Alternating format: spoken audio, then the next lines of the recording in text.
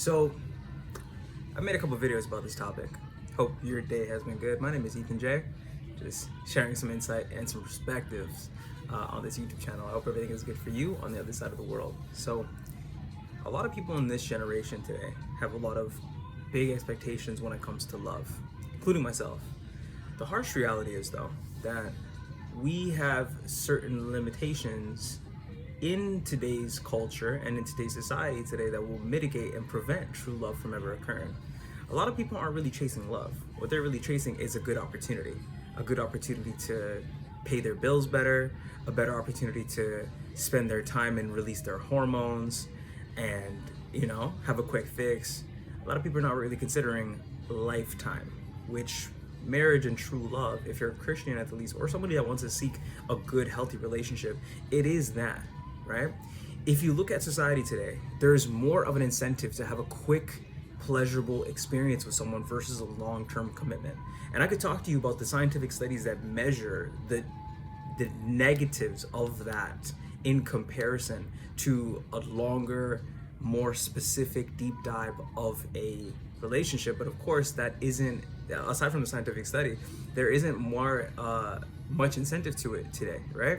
Right now, if you look at the secular and non-secular relationships, there's actually divorce that's pretty equal on both sides. So this isn't just a Christian conversation. This is a secular conversation, and this also means that we as believers, if you're a believer or you as a person of faith, have to consider a few things. This generation's biggest problem is this: we have too many options in front of us, and that's the harsh reality. If you think about it, there is so much option around you that you can't even fathom what a good partner for you would be like. And this is the same for me. A lot of people want to deny this. Oh, what about her on Bumble? What about her on Tinder? What about her at the store that I go to and I really think she's cute? And boom, yeah, but what about that coffee shop where there's that other cute girl with the red hair? And then go to the gym and then there's that really cute girl with the other red hair, blue eyes. Oh, yeah, right? You have so many options around you that as a man, right, or this could be as a woman as well, you start to dilute yourself with a sense of pride and power, and you lose yourself from the humility of what a real true partnership is about, right? For me, the examples that I'll use is I go to the Bible and I go to Genesis and I really read about how these partners found each other and what they did, and for them it was a purpose. There was a purpose behind that union. It's like, okay, this guy is finally strong enough and bold enough and brave enough to lead on his own, and he's going to go in a direction, and it's probably best that he has a wife. So they found a way to, to make that work, right? And through that, there was a bloodline that was continued, right? And a heritage that was continued. Nowadays, people are doing these purely from sexual pleasure and like lust and just how good she looks and how fat her butt is and how thick and ripped and how much money he makes in his car and all that kind of stuff. And a lot of people could really say, dude, you're saying all this stuff because you're not getting any. And you know what, dude? Valid conversation. I'm not on the market right now. I'm not pursuing anybody, no woman at all. Like it's been an interesting season, but in that, I think I've also been able to like talk with people who are in that season of looking for someone, because I can kind of see the game as someone who's not playing in it so much no more. My last relationship was with a fantastic human being. She was a 10 out of 10 in every measurement. She was just young in her years, and I could see that as I broke up with her, that I did the right thing, even though my body desired more. At the end of the day, you have to, and I'm going personal here just to be relatable, but sometimes you have to see that the lust of things cannot satisfy what a real relationship is meant to be, right? A real relationship is meant to be a level up. It's meant to be a step up in life. It's meant to be a breakthrough. It's meant to be a type of, imagine, and here's the story that I can really give you. Imagine you're a battle ox and you're in the battlefield and you have this yoke around you and you've been going through this battle, and like your entire life has been you being a calf with that yoke around you, and you've been going through it and you're getting bigger and now you're not a calf anymore. Now you're like a young bull, and like you're growing and you're developing and you're coming up. and now you're a grown bull, like you got the horns and everything, and you still have that yoke around you, so it's not that difficult. The beauty of it is that somehow, some way, you find a bull that can, who may not be your genetic type, but she fits that mold, or he fits that mold, where he can put on your yoke and you guys can go together. You guys will always be different. One will be over the other and one will be under the other, but at the end of the day, you guys will be able to go the same distance and go a farther distance than where you were able to go if you were by yourself. So my real advice for anybody out there, is to spend some time disqualifying yourself. I've been doing this with myself a lot. The realistic reality right now is that I wouldn't be a good partner for a majority of people, and that's a majority of women, and it's a harsh reality that I have to accept. The income isn't there, emotional intelligence isn't there, the finances, right? The efficacy, the strength, it's just not there. So it's irresponsible right now to go pursue somebody when there's so many other factors you have to consider. And then on top of that, if I have to, when I stop looking at myself, right, first being me, then I look at the world around me, right? Is what I'm looking for even in value right now, right? It's rare to find someone who has the same value of loyalty and long-term commitment and has a history of proving that, And then again, even in that, we all make mistakes, right?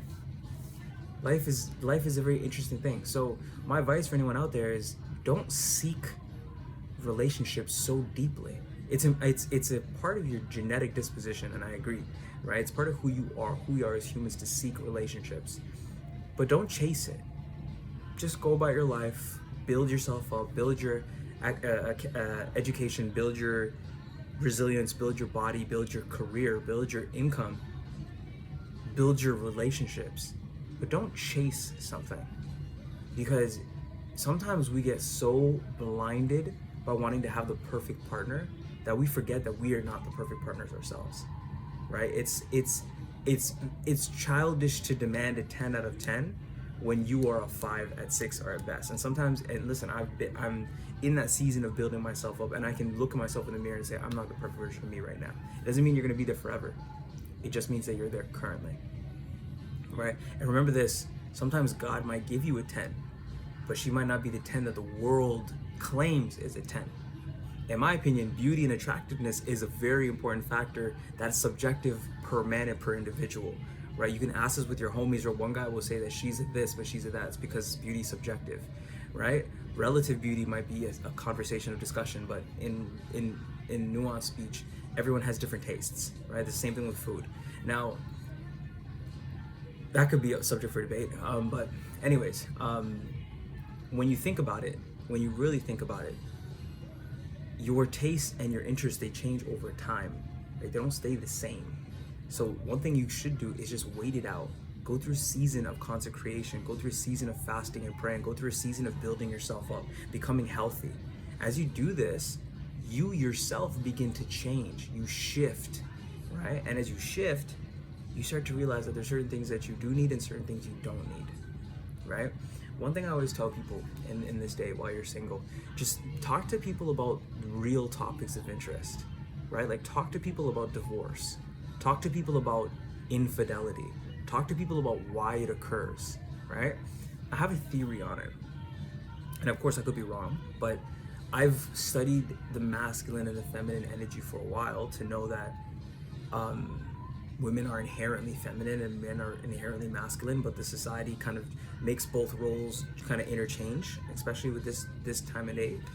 And one thing I've learned is when the feminine energy is not protected, governed, and in a vulnerable state, there's a lot of damage that can occur there.